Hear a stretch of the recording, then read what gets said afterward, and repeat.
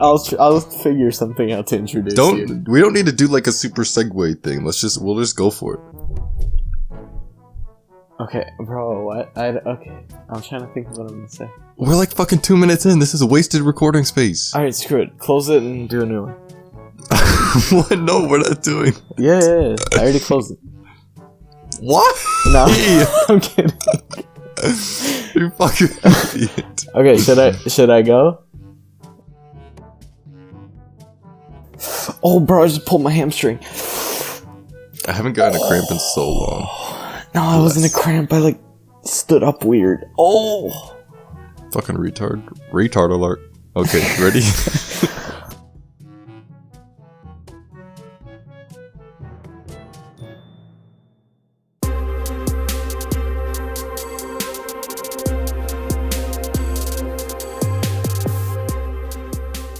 Another week of football is behind us. There has been some absolutely crazy stuff that has happened this week. Welcome to episode 3 of the Top 4 podcast. My name is Claus, and I think we should just jump straight into it. Zach, let's talk about Liverpool. They suck. Clap out. They're done. Okay, let's calm down. But he's gone. What has happened in the last week? Like, it is unbelievable. I watched that Watford game. They were so bad. And after the first goal, I'm like, okay, Liverpool's going to pull it off. Yeah, they did that against West Ham. They always do it. And then the second one went in. I'm like, hold up. Hold up, wait a minute. And then I saw Troy Deeney, of all people. Bro, I love the fact that he scored. Oh my god, I love that. It's actually going to happen. And it actually happened. Well, the thing was that they were so lethargic. Like, that's why I think it's actually a big deal. Because not only did they lose 3-0 to Watford, they were just like, they didn't look like they were energized. It looked like they were all like sick or something. Like they had the coronavirus or something. Like Van Dijk was just walking around. And it was just like, he was like kind of yelling at people, kind of just talking to them. And none of them had like, you know what they're missing? The Hendo effect. Jordan Henderson. That's what they're missing. When he comes back, they'll be champions. I don't know. Well, obviously they're going to be champions. They only need 4 wins in their like last 11 games. Yeah. But just the whole thing, like we'll get on to the game after Watford, which I know you are happy about. Yeah, we'll talk about that definitely. But it's just the fact, like Watford I think was 19th going into the game. So like, Oh my god, every single team tried Liverpool. Manchester United was the only team that was able to get a draw. We played well against them every single time we played them, especially in the Super Cup. But it didn't really matter, did it? Okay, well. But, no, but like, Watford was the team. I even called it on an Instagram comment I put. I said, imagine if Watford is the team to beat Liverpool, and they actually did. I didn't even know about that Sarr guy. He was really good. I know about him because Arsenal tried to sign him over summer. You try to sign Messi and try to sign everybody. Okay. Yeah, I'm right. That's not the There's point nothing to right say. now. It doesn't matter, alright? That's not what we're talking about. Couldn't you have gotten like Conte and Vardy in like one package? I don't want them, alright? It's fine. Yeah, keep telling yourself that. We're fine. Okay, yeah, no, but Liverpool is in an absolute crisis right now. Coming off of the loss to Atletico, they're already behind in the Champions League. And now the 3-0 loss, they lost the undefeated streak in the Premier League. They're out of the FA Cup, so the treble's out of the question. It's just, this is probably like the worst week to be a Liverpool fan. I feel like they just like kind of got tired. I mean, they just win so much. I feel like at one point they're going to be like, okay, man, like, this is super intensity. Let's go for it. Let's go and be in this. Just like, I feel like they just kind of don't care as much, especially now that they're so far clear. Yeah, I could see that. It's amazing. Watford should, like, I've seen so many comments about this. They should be exempt from relegation this season. I don't care if they lose their remaining 11 or however many games are left. Keep them in. They deserve it. Imagine, like, all the games, like, you look at your schedule when you're in, like, the relegation zone and you're thinking about games where you could pick up points to get out of it. I bet you they didn't think that they were going to beat Liverpool to get out, to, like, get higher in the relegation zone. Definitely not. And see, Arsenal plays Watford on their final game of the season. And after that, I'm actually kind of terrified. Because that last game could be like the difference. They have so much confidence now. They're going to be oozing confidence in their next few games. So I don't know. It was really crazy to see. But yeah, I hope that Liverpool can't recover. No offense to any Liverpool fans. I dislike them. I mean, I just like them. I'm not going to hide it. I don't like them. But yeah. So shall we move on and talk about our teams? Yeah, start with Arsenal. Oh my god. Okay. Well, first of all, this is a new segment of the show called Sadness. It's featuring Arsenal every single week. Wait, I gotta say it's something. a reoccurring thing. Because last time we talked about teams, like, would it be better to not be in the Champions League just so you could be in Europa League where it's more your level and you're like a higher chance to win? I thought it was your level, bro. How did you go out of it? We don't have a level. We're a level in our own. It's like, it goes Champions, Europa, us, nobody's under us. It's just we're like our own level that can't quite make it to the other thing. Yep. Oh my god, no, but that Olympiacos game, honestly, that was more heartbreaking than losing in the final to Chelsea the year before. That's literally like... Yeah, keep going. Because of just how the events played out, I could not, wish that upon anybody. Yeah, that's literally like who Aubameyang is. He scores an incredible goal, misses a sitter. It's just who he is. He's gonna give and he's gonna take. Oh my god, no, but I don't blame Aubameyang. Obviously, he's carried us through the whole season. I mean, it had to be, someone else to step up. It wasn't gonna be only him. But just running through that game real quick, once we went 1-0 down from the corner, first of all, terrible defending. Their tallest man. Not even terrible, just non-existent. He's 7'8", and he was left alone in the box. I could see him from freaking Jupiter. What was David Luiz doing, bro? What was he doing? I don't know. He literally was sitting in space. In the replay, he's watching it, and then as the ball goes in, he goes, with his head. Just after the ball goes in. So yeah, then they score that, and then we go through the full 90 minutes, we don't score. First of all, our passing in the final third of that game was the worst we have ever had this season. We could not make a single pass near the box, actually complete it, and it pissed me off. But then we went to extra time. Martinelli came in. That's what I was asking for from the 70th minute to get more energy on. He did really well. Starting a lot of games or not?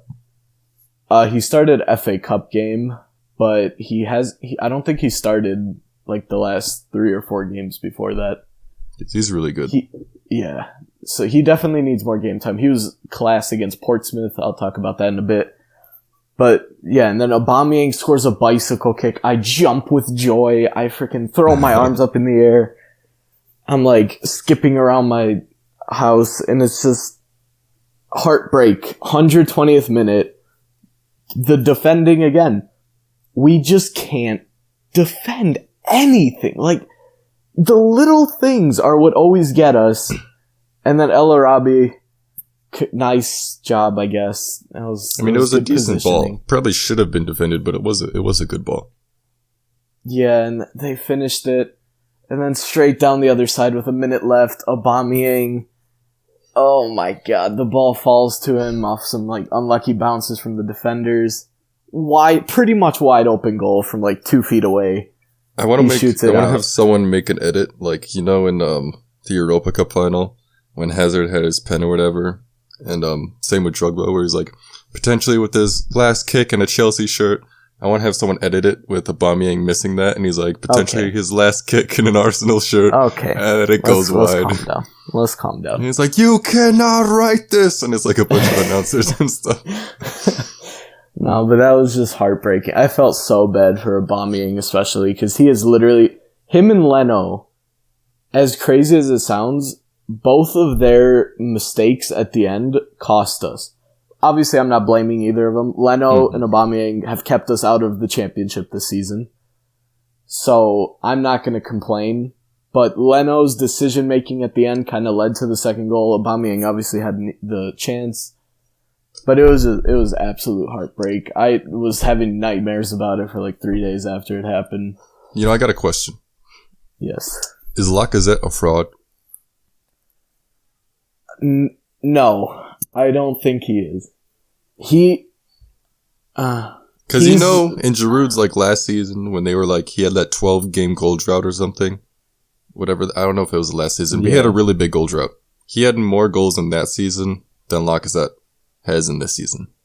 I think every striker goes through a very big rough patch.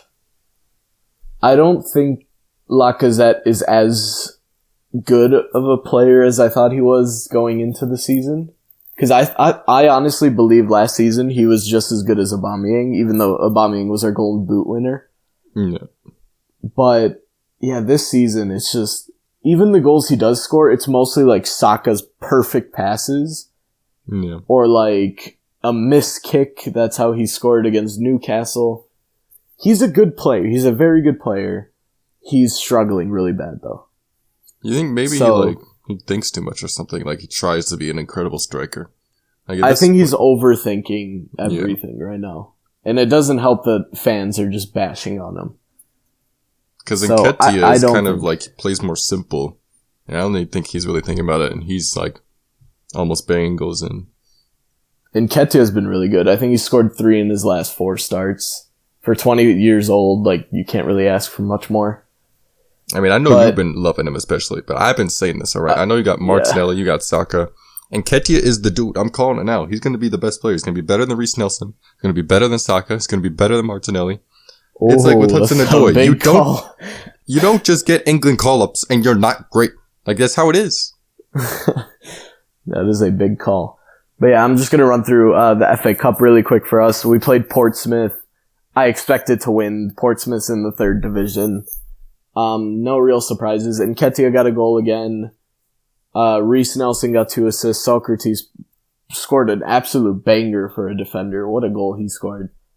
And now we have Sheffield in the next round. We'll go more into detail about that in a bit when we go over the other results. Zach, I want to go on to Chelsea for you because I know you are ecstatic right now. I'm fucking feeling myself right now. I feel so good. Billy Goatmore. That's his name, Billy Goatmore. I want it on the back of my shirt. He's incredible. Xavi and Iniesta in one. One player. He's better than both of them. Okay, let's calm down. I only speak facts. Okay. But man, it was an incredible win. I watched the whole game. I had to watch it after school because I was busy. And to think, like, in the beginning, I was so scared. The first, 3 minutes, I was like, oh my god, should I just turn this off? Is this going to be another 5-0 defeat? Because in the beginning, Rudiger and Zuma, they were playing for Liverpool. They were giving everything away. I mean, I don't know how you could be more stupid in that center back situation. Man, it's got to be fixed out. But Zuma did do well later in the game. There was a clip where I thought Mane was through. I thought he was going to score. And Zuma just put him off balance. Just shoved him out of the way. So that was great. But yeah, obviously the shining star is Billy Gilmore. He's such an incredible player. He's actually one of the best young talents, period. Like, just in the world. People like to look at all these foreign players. He's right here. And he's here to stay. He's incredible. And especially Jorginho's suspended for the next 3 games. 2 league games, I think, and the Champions League game. Kovacic has a minor Achilles injury. But knowing our medical team, that minor injury is going to turn into a tear in 3 days. Give it time. That's so true. Ruben can't start. Lampard said he's not match fit, so he can't start. So we only have 3 midfielders. It's Barkley, Mount, and Gilmore. We have to play that. We can't play any other way. So he's gonna start, and probably in the next 2 games. And I'm excited to see it. But I don't want to see, because he's a young player, and I say this with all young players, they're gonna have a shit game.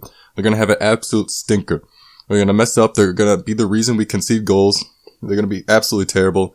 And in those moments, we have to stick by them because we see games like this. We see games where they're incredible.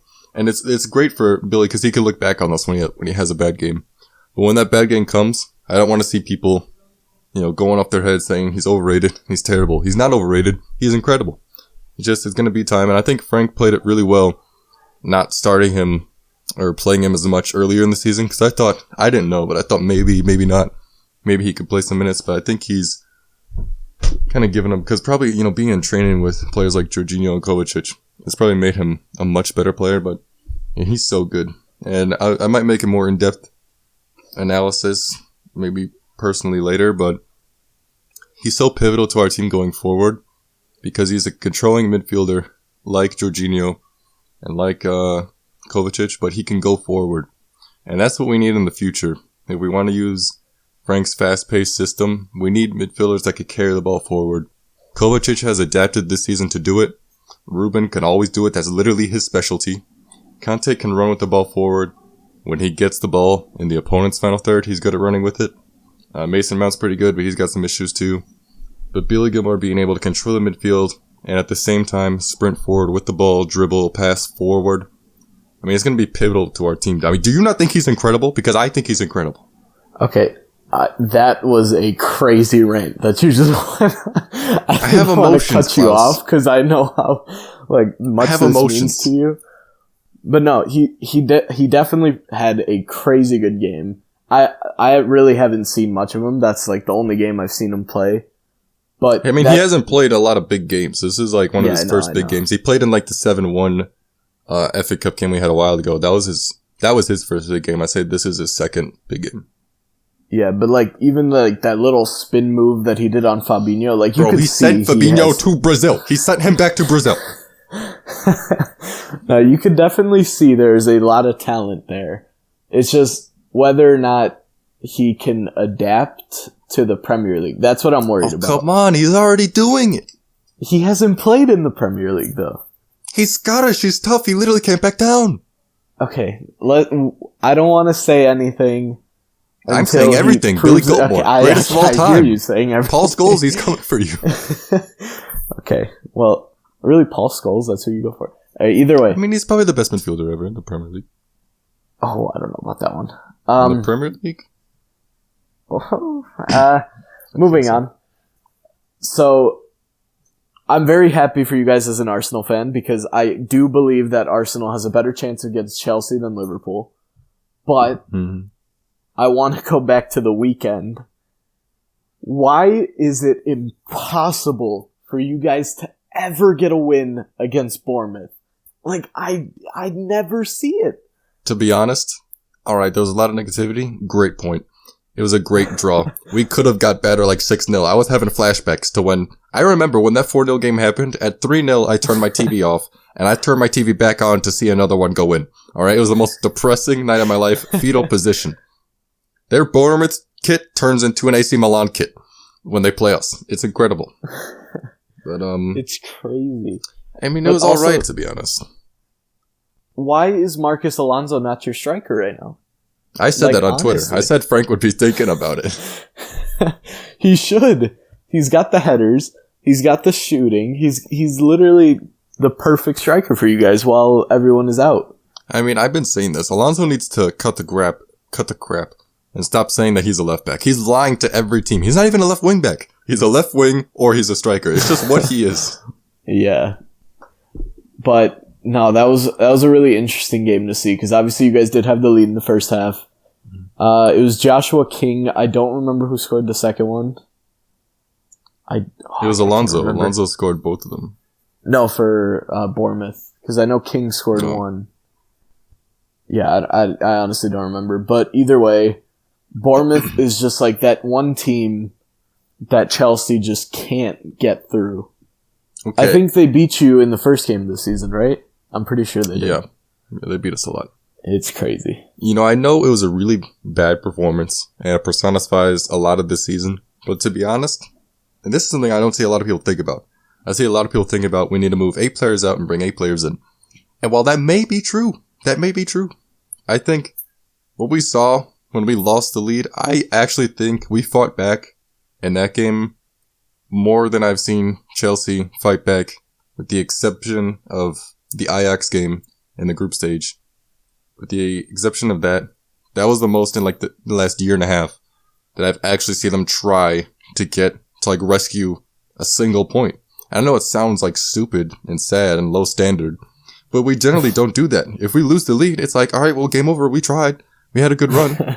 But we actually had a lot of chances after they got the lead. Alonso had one where he could have got a hat trick, but we actually fought, and it's the back three. I mean, I'm not going to go into a rant because I already ranted, but the back three is it's a terrible formation. As soon as we switched to a back four, we had so much more intensity, and we actually fought for the point. So that's like, I know it's like looking at like a positive in actually what is a really negative situation, but that I think was good. All right. Well, I think we talked about our teams enough. Let's move on to the FA Cup, which has had... before I even talk about anything, can we all, as English fans, rejoice for a second in the fact that Tottenham is horrible right now? And I love it. I love to see it. The last 4 games they've lost. Oh my god. Obviously, coming off the loss against Wolves, the 3-2... Props to Wolves, crazy team. You deserve to win Europa League. They're so good, man. They're so good. And then losing to Norwich on penalties. 3-2. Like, it wasn't even... Yeah, Tim Krul is one of the best penalty savers in the last 2 decades. He did it for Netherlands in the 2014 World Cup. He did it again. Absolutely amazing penalty stopper. Props to Norwich for fighting back, even going down 1-0. Norwich, I also believe, deserve to stay up this season. The amount of fight that they have in every single game. Some of the games, yes, they do get battered. I'm looking at like the Liverpool, like the 4-1 or whatever. I think it was the first game of the season. But I don't know. They just always impress me every time I see them. United plays tomorrow, I believe. So we don't know the result of that yet. But so Chelsea got Leicester. I think that's a really good matchup for the next round. There was a thing, like, one of the last handful of times that we won the FA Cup, we beat Leicester on the road to doing it. And I think it's an alright team, because I don't want, like, what people would consider a small team like Norwich, or even Sheffield United, because then we would definitely get destroyed. But I also don't want, I don't want City, so I think it's a happy medium. See, I was hoping for Newcastle for Arsenal. Arsenal got drawn with Sheffield. Sheffield is just a pain in the ass this season. They're so good. You just can't beat them. It's literally Chris Wilder should leave. So difficult. He should go to Madrid. He should go to Arsenal. No, I'm just kidding. But yeah, so Arsenal... He should have become an Eddie Howe where he stays at Bournemouth and then he's fucked out of a job. So Arsenal, Sheffield, I think we can pull that off. It's going to be a tough one, but I think we can do it. I'm pretty sure Chelsea is going to pull it off against Leicester. You guys usually do pretty well against Leicester. I hope if they don't have Ndidi or Vardy, it's a shoo-in. Yeah. Man City pulled Newcastle. I think that's pretty simple. I think Man City is going to progress pretty easily. But De Bruyne is injured now. That's true. But I still think Newcastle is one of those teams that just really... They don't have much fight in them. Unless it's like against a Manchester United, then they just like somehow pull something off. I mean, Newcastle in the FA Cup, they scored like the most amount of goals that I think I've ever seen them score this season. That's true, yeah. And Joe Linton got an assist. What? We'll go into that later. He's racking up the numbers. And then we have Manchester versus Derby tomorrow, and then the winner plays Norwich. I think whoever wins that is probably going to eliminate Norwich. Maybe not Derby. We'll see. Derby. It's an interesting tournament. Is it Derby? Yeah, it's Derby. Like, if you have a Derby. If you have the North London Derby. Okay, you know what? Mistakes happen. Idiot.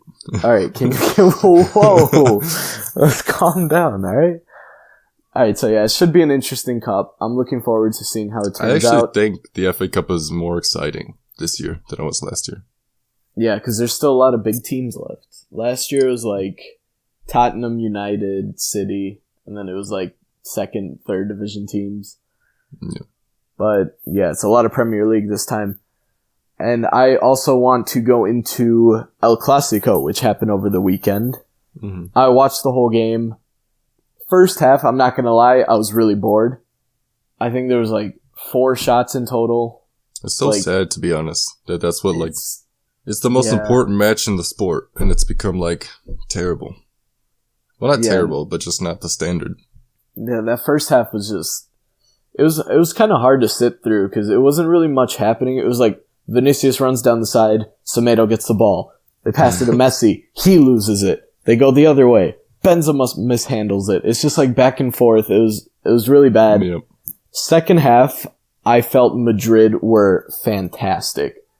You think Benzema's underrated? I think he's perfectly rated. Yeah. Because he does score the majority of Madrid's goals. He does get a lot of assists, but I don't think he is a top 5 striker in the world. He does a lot for that team, I think. He does a lot. He does, but he also has a lot of service in that team.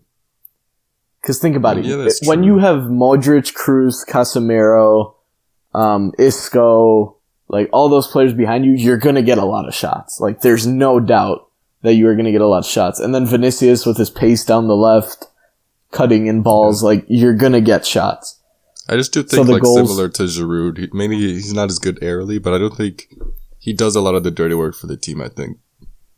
Yeah, I could see him, I could compare him right now with Raul Jimenez, because he is a really good on-ball player, which you don't really see with a lot of strikers nowadays. It's not the speed, really. Yeah, and his finishing is really good. He's kind of been lacking the last 3 or 4 games, I would say. But, yeah, no, it was just a great team performance. Vinicius down the left side was cutting in really well. He had a few passes across. Isco had some really good shots. Yeah. Ter Stegen made some great saves. Courtois made some great saves. Fuck him. But it was a good game. The second half was a lot better. I felt Madrid deserved it. I know some Barcelona fans are going to hate that I said that. They won. How are you going to hate it? They won. Barca fans. Barca fans would hate it. I know, but Madrid won the game. Oh, yeah. But even like the Barca players couldn't admit defeat. Because did you see what Piqué said after the game? I actually thought that he wasn't slighting them when he said that. He said that in the first half, that was the worst Madrid that I've ever faced at the Bernabeu or whatever. I actually think that he's been stating like that's like the case. That's how far we've both fallen. That's how far Barcelona and Madrid have both fallen. I don't know about that one. Because Ramos kind of came back at him too after that. I don't know. I was somewhat disappointed with it. It was an entertaining second half. Messi just was completely closed off. I think there's a stat he hasn't scored in like the last 5 El Clasicos or something. Yeah, it's been a long time. So, yeah, no, he was really disappointing yesterday. No, not yesterday. What the hell? On Sunday. Or Saturday, whatever day it was. And, but props to Madrid. I personally hope that they could come back against Manchester City. Because I feel like just Madrid in late Champions League is just something that like catches your attention. I feel like they just kick it on once they move into the later stages. I feel like that's why they are the biggest team in the world. United may say that they are. But not, even like the biggest team in history. Like Madrid are just that team. Like they're like ecstasy in a team. Yeah. So with all that said, I think we're going to move on to some transfer rumors because there's been some absolutely crazy transfer rumors. Let's start with one of the smaller ones. Jude Bellingham from where does he play? He's from Birmingham in the Championship. To Borussia Dortmund. The deal is apparently 35 million euros. And he's 16 years old. So Dortmund obviously have just something in them that they're sees going to talent. Sell Sancho. They're going to sell Sancho. They see talent, they grab it, and then they just move on and they make them into stars. They make profit. Well, who knows how much profit they've made in the last 5 years. Well, other clubs are sleeping right now because even Jude Bellingham, he's rated by analytics. He's only a couple spots behind Ansu Fati and the most valued under 17-year-olds in the world. Yeah, but he's a central midfielder, but he can play on the wing too. You don't really see that with midfielders often. Like you don't have players nowadays that can play every single position in the midfield to a high degree. Yeah, the thing that surprises me the most is that Dortmund got a player from the Championship. Even when they got Sancho, he was from City, and even though City were smaller at the time, it was still it made more sense because he's from a Premier League team. But to get a player from the Championship, I mean, they have balls. They have balls to do that. Yeah, that should be a good one. I'm excited to see how he could do in the Bundesliga, especially in the upcoming years, because obviously he's still really young. Yeah, it's going to take 4 years. But, yeah, no, that's a really interesting one. Also, John Stones linked with Arsenal again. I am not happy about this one. You shouldn't Obviously, we need defensive reinforcements. I think everybody in the world and their cats know that we need reinforcements. John Stones is just not it. He absolutely is not the player that we need. He's so overrated. He's terrible. And I've seen rumors that if we were to buy him from City, they would need a minimum of 50 million, which is what they paid for him. Arteta, please. He's played himself out of the England squad. He's never getting back in that England squad. Convince everybody at Arsenal that he is not the one to buy. That's all I really have to say. I hope that's not true. I hope it doesn't happen. Yeah. And then there's some Chelsea news. Do you want to talk about that? So good. It's so good. I cannot believe it. People don't understand how much we are going to literally transform to another level with a left back.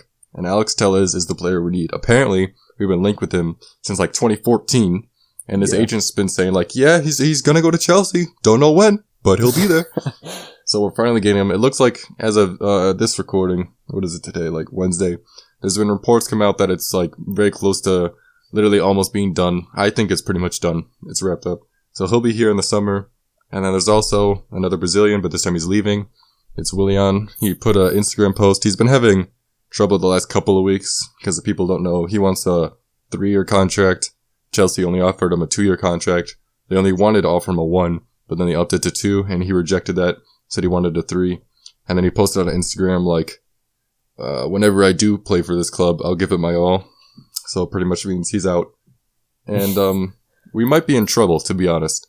Because if we let both Pedro and Willian go, and then we have Pulisic, who's injury prone, Hudson-Odoi, who's young and just came off a career-ending injury, and then we only have Ziyech, who's going to have to adapt to the physicality of the Premier League, and is also going to leave to the AFCON competition, so he's going to be gone for a few weeks. So for a few weeks, we're only going to have 2 injury-prone wingers. We might need more, whether it's Jeremy Boga and stuff, but yeah, in terms of the transfers alone, Alex Telles is incredible. Willian makes sense that he's leaving.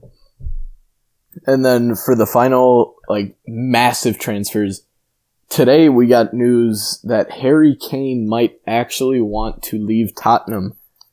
I did not see that one coming. Tottenham fans should hate him if he actually passionately wants to play for Manchester United. They should actually dislike would be him. Messed up. Yeah. I mean, I hate Kane. He's so garbage. I think he is the most overrated striker in the world. Okay, maybe. I mean, we're gonna get crucified for double backing on him, but I don't care. He's so terrible. He's really got nothing going for him.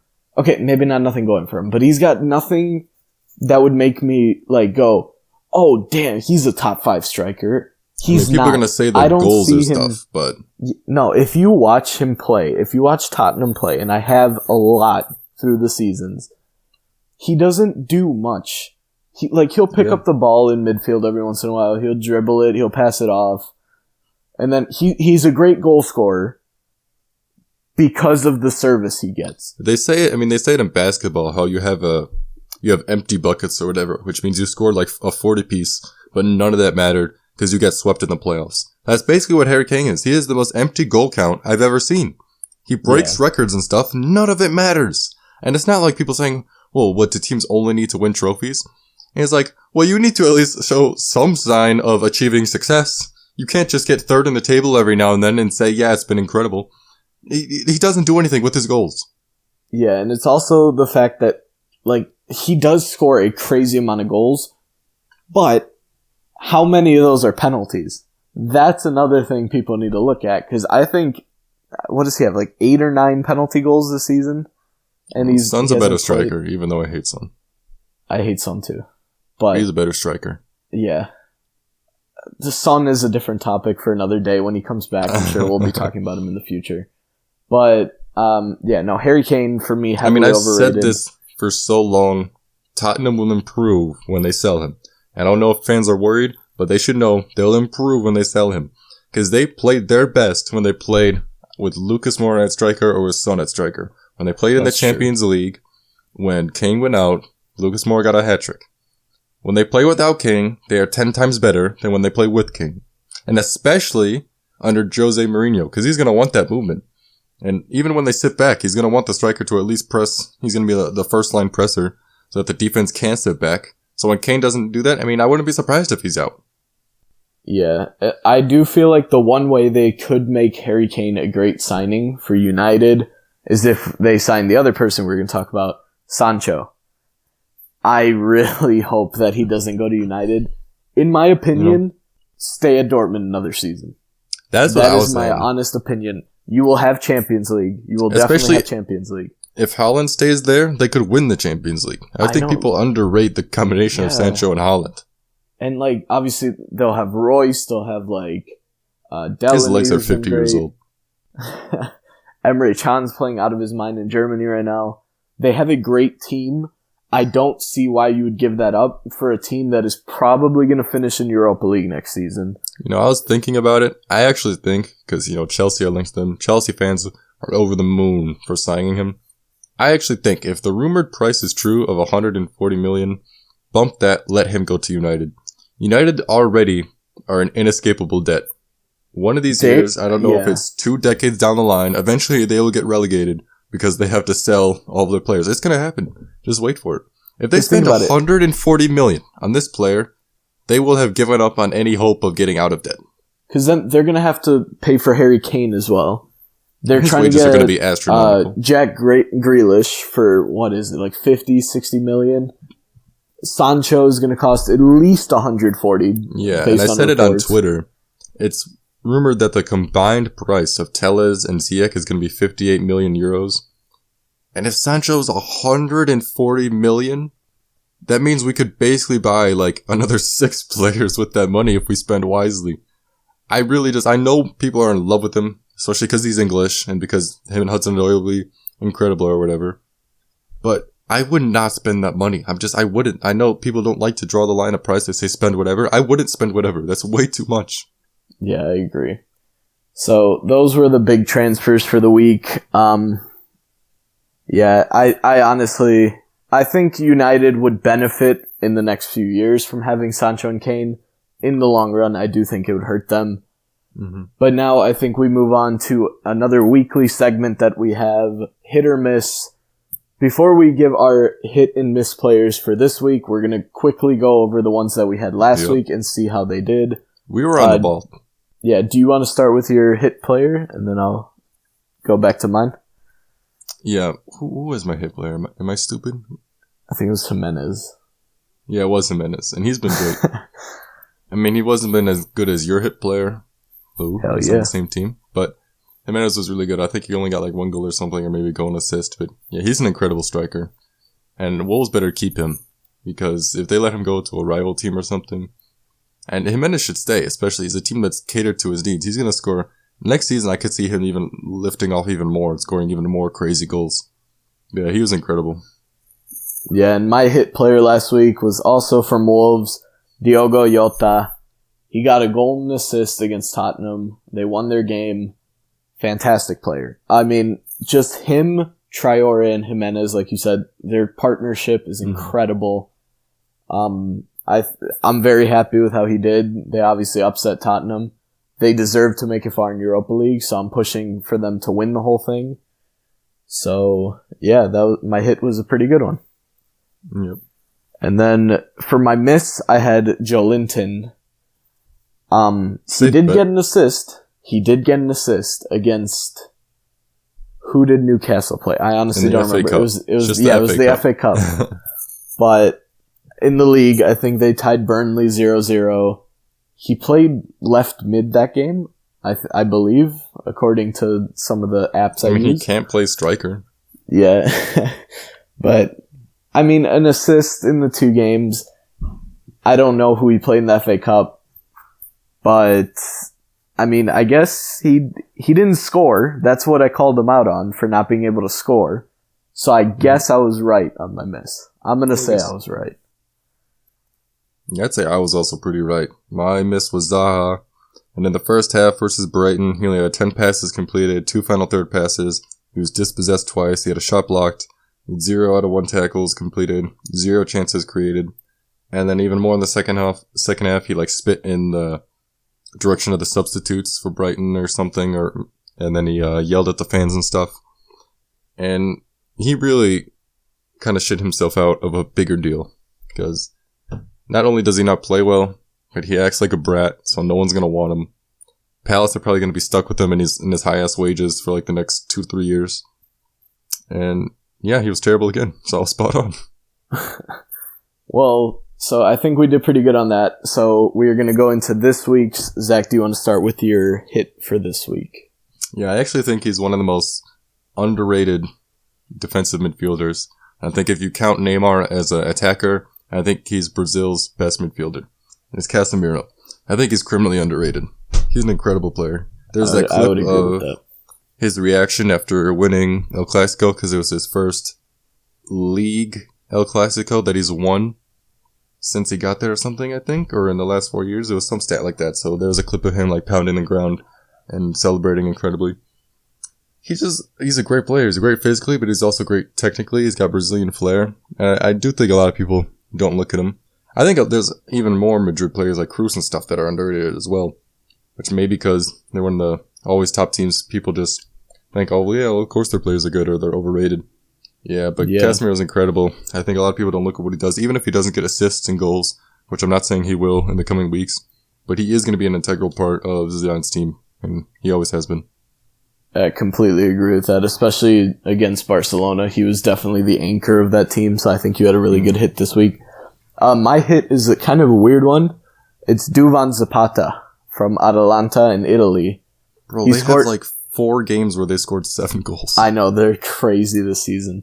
He scored a hat-trick in their last game in the league. I think it was against Lecce. I don't know how to pronounce it exactly. But they won 7-2. He had 3 goals. In his last 8 games in all competitions, he has 5 goals and 3 assists, which for a striker, I think is really good. So obviously he's coming off of the hat trick. I think he'll be able to pull off some more goals in the upcoming games and hopefully help them qualify for Champions League again. Who is your miss for this week? My miss, and the fans of the team might like him. I think he's garbage. Lo Celso from Tottenham. Not only has he not been performing on a statistical level, he has like 0 goals or assists in 18 games, and he has 1 goal in the Champions League. He's just such a fucking brat. He has like 6 yellow cards in all competitions, and he was just signed. I mean, it's crazy. Fucking, I'll never forget him snapping Aspie's leg. As long as I live, I will never forget that. Yeah, I don't know how that wasn't a red card. And then Jorginho talks shit to him in Spanish. How are you gonna get shown up like that? I just think he's bad. Like, just like I think Dele Alli's bad. Fans love him. I think those are just players that I just think they're overrated. I don't even really have to say much. I just think they're trash. Fight me. All right. Well, my miss for this week is the entire Tottenham team. No, I'm kidding. No, my miss is Moise Kean. I think this one's a pretty obvious one. He has 1 goal and 2 assists in his first 21 games for Everton this season. To be fair, Everton shouldn't have got him. That's true. I don't think he's fit yet for the Premier League. I could see him being a good player. I think he left Juventus a little too soon. Obviously, they do have a lot of attacking options. But he hasn't scored in his last 3 games. He was almost £30 million. Has really been a flop this season. Obviously, we expected him to start games for them, go on to score at least, I'd say, 8 to 10 goals, and he only has 1 so far. Mm-hmm. So, yeah, Moise Kean is definitely my miss for this week. Calvert-Lewin, though, he's a hit, and he's kind of taken a spot. Calvert-Lewin has been fantastic this season. Him and Richarlison have been able to do some madness. And then we're going to move on to our final segment of this episode, which is our weekly Young Player of the Week. And I'll start with mine first. My Young Player this week is Max Aarons from Norwich.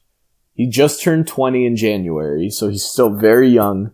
He got the game-winning assist against Leicester in a huge game, which could keep them out of relegation if they're able to capitalize on the next few games.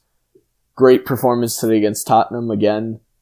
Has been linked with some pretty big teams. I think he was linked with United and Arsenal in the last couple weeks. So for me, I think he will continue pulling it off, and I think he is one to watch for the future. I think there's only one player that has like more tackles and passes completed than him at left back, and it's Saka. Yeah, like he's really good, and I just didn't want to pick an Arsenal player, even though I could pick like 7 of them because we're amazing. Yeah, I could literally pick a Chelsea player every single week, but I'm not going to. We already talked about him in the transfer segment, but Jude Bellingham, I think has been great for Birmingham. In championship teams, it's kind of, you got to take the W's where they come. Is that year after year, you're probably not going to be able to invest heavily, and it's going to be hard unless you're like a team like Leeds, which I think they've spent shitloads to get back up. And so Jude Bellingham has been great for them at 16, and he could potentially be off to Dortmund if it doesn't go through. I think he eventually will get picked up by a top team because I think he's a top player. And yeah, I think he's going to continue to do great things. I don't know if he'll get in the England team because England are really overcrowded in midfield and attack, but we'll see how he does. I think he'll still do great things. All right, well, this is going to be it for episode 3 of the Top 4 podcast. I hope you guys enjoyed. Please leave any comments either on our Instagram, on our Twitter, on our YouTube, just of things that you guys would want us to talk about. Just come chat with us wherever. Yeah, we're social open. Media is in the banner of the cover art now, and also in the about page. It's Top 4 Podcast 1 on both Instagram and Twitter. Oh no, did you changed it, right? I think mine's Zach Top 4 now, but the link's in the about. You can find it. So the links you could find. Please leave any comments. We would greatly appreciate it. We want to interact with as many people as possible. Thank you guys again for watching, and we hope that you enjoyed this episode. See you guys next time.